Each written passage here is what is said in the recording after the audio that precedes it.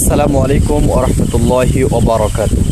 প্রিয় দেশবাসী, আমাদের বাংলাদেশের একটি নীতি হচ্ছে, যেই সমস্ত ব্যক্তিরা ক্ষমতাতে যায় তারা যাওয়ার পূর্বে যেই পরিমাণ জনগণের সাথে ওয়াদা করে থাকে এবং জনগণের সঙ্গে যেই পরিমাণ কথা দিয়ে থাকে যে আমরা যদি ক্ষমতায় যাইতে পারি তাহলে আপনাদের যত চাহিদা, যত সমস্যা এগুলি ইনশাল্লাহ আমরা পূরণ করব, এই বলে তারা ক্ষমতায় যায়। কিন্তু একটাবার চিন্তা করেন, তারা যখন ক্ষমতা পায়, যখন ক্ষমতার চেয়ারে বসে, তখন কি মোটেও জনগণের সমস্যা সমাধান করতে পারে? মোটেই নয়।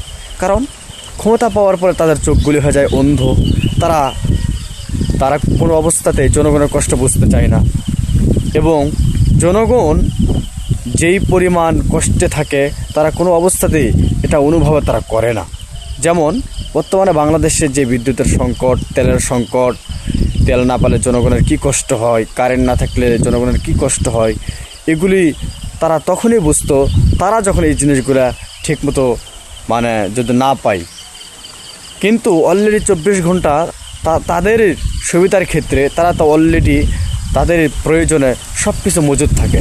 যেমন তেল, তারপরে আপনার বিদ্যুৎ, সর্ব অবস্থায় তাদের মাথার উপরে চলে, এসি, ফ্যান, তাদের গাড়িগুলিও এসি, আরও যেই পরিমাণ সুবিধা লাগে তাদের জিনিসগুলি আগে মজুদ থাকে। কিন্তু কোনো অবস্থাতে জনগণের কষ্ট তারা বুঝতে চায় না। হ্যাঁ, তারা তখনই কথা দেয় যখন নির্বাচন আসে, জনগণকে নানান রকম প্রতিশ্রুতি দিতে থাকে।